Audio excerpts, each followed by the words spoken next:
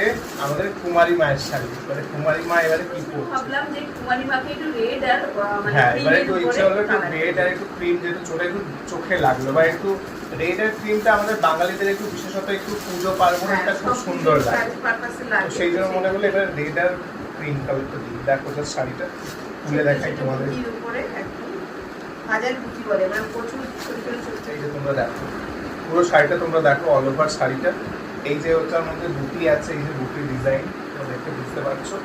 আর এইটা হচ্ছে পুরো পাড়, তার সঙ্গে এইটা হচ্ছে তোমার আঁচল, এইটারও রেড কালারটা তোমরা জাস্ট দেখো। এটার ব্লাউজ পিসটাও খুব সুন্দর, ব্লাউজ পিসটা জাস্ট দেখো তোমরা, কাজ করা আছে ব্লাউজ পিসটাও খুব সুন্দর এই শাড়িটা। আর এটা তোমার এর কোনো পাটলি পাল্লু নেই, তো এইটা হচ্ছে টোটাল শাড়িটা। পুরো কালার হয়ে যাচ্ছে আছে ফার্স্টে। এটা পুজোর জন্যই তিনটে হচ্ছে তাঁতের শাড়ি নেওয়া হয়েছে, এই হচ্ছে তাঁতের শাড়ি।